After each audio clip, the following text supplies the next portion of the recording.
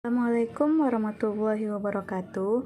Hai teman-teman, kami dari kelompok 2 yang beranggotakan Mar'atus Soleha Dian Bono, Salmiah Siregar, Syahliani Bintang, Syamsi Husni Dartamba, Widya Sriwahyuni, dan Jiadatun Nublah.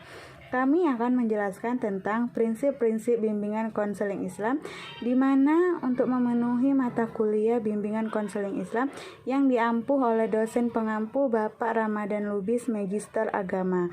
Selamat menyaksikan video kami. Assalamualaikum warahmatullahi wabarakatuh. Saya Mar'atus Soleha Dian Bono. Di sini saya akan menjelaskan mengenai prinsip-prinsip bimbingan konseling Islam, yang mana menurut Basri.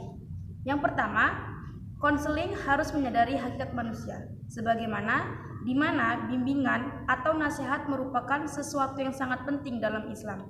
Yang kedua, konselor adalah sebagai contoh untuk kepribadian seseorang dan seharusnya dapat memberikan kesan yang positif kepada konseling.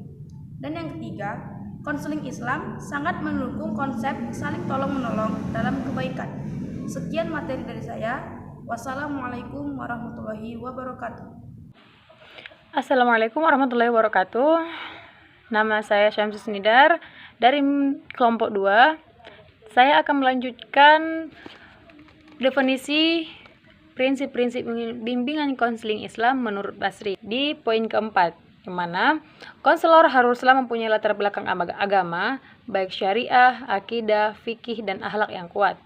Terus, konselor haruslah memahami manusia menurut pandangan agama, sehingga ia dapat menyadarkan dan mengembangkan personality yang seimbang pada kita. Terus yang terakhir, pembinaan kerohanian hendaklah melalui ibadah dan latihan-latihan keagamaan. Baiklah, di sini saya menjelaskan tentang prinsip bimbingan konseling Islam menurut Aswadi. Yang pertama, bahwa nasihat itu merupakan salah satu pilar agama seperti dalam hadis bahwa agama itu adalah nasihat. Yang menurut Al-Nawawi, nasihat adalah mendorong kebaikan kepada orang yang dinasihati. Yang kedua, bahwa konseling kejiwaan adalah pekerjaan yang mulia karena membantu orang lain mengatasi kesulitan. Yang ketiga, konseling agama harus dilakukan sebagai pekerjaan ibadah. Assalamualaikum warahmatullahi wabarakatuh. Baiklah, nama saya Widya Sriwahyuni akan melanjutkan presentasi tentang prinsip bimbingan konseling Islam menurut Aswadi. Jadi, prinsip bimbingan konseling Islam menurut Aswadi itu ada 6. Nah, di mana yang sudah dijelaskan oleh saudari Salmiah yaitu poin 1 sampai 3.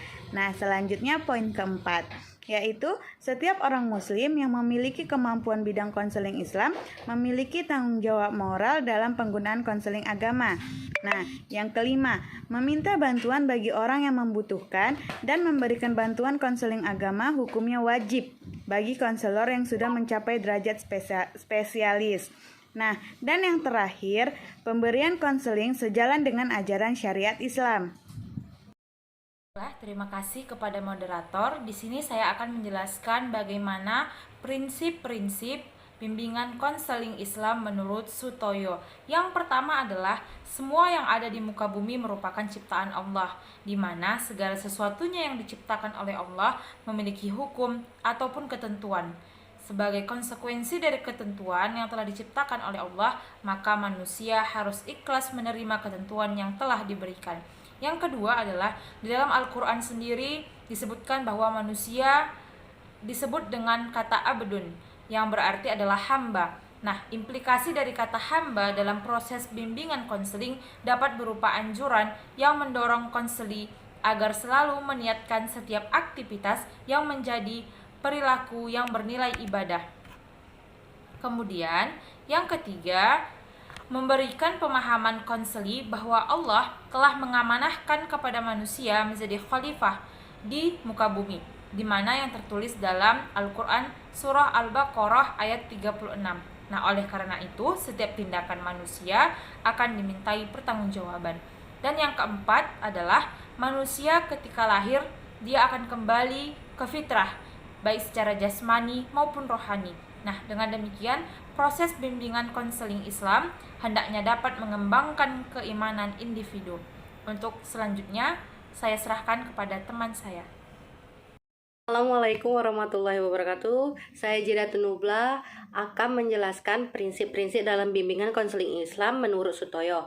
Yang kelima yaitu dalam membimbing individu, seorang konselor itu harus mengembalikan kepada sumber pokok, yakni pada Al-Quran.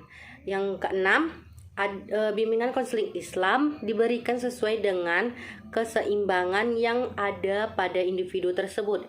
Yang ketujuh, manusia memiliki potensi untuk terus berkembang ke arah positif, sehingga dalam proses bimbingan konseling ini Islam ditujukan untuk dapat memandirikan kemampuan konseli agar konseli dapat memahami dirinya sesuai dengan ketentuan-ketentuan ajaran agama.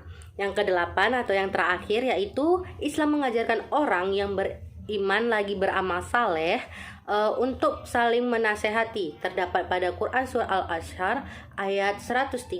Oleh karena itu proses bimbingan konseling Islam ini hendaknya dimaknai dengan ibadah.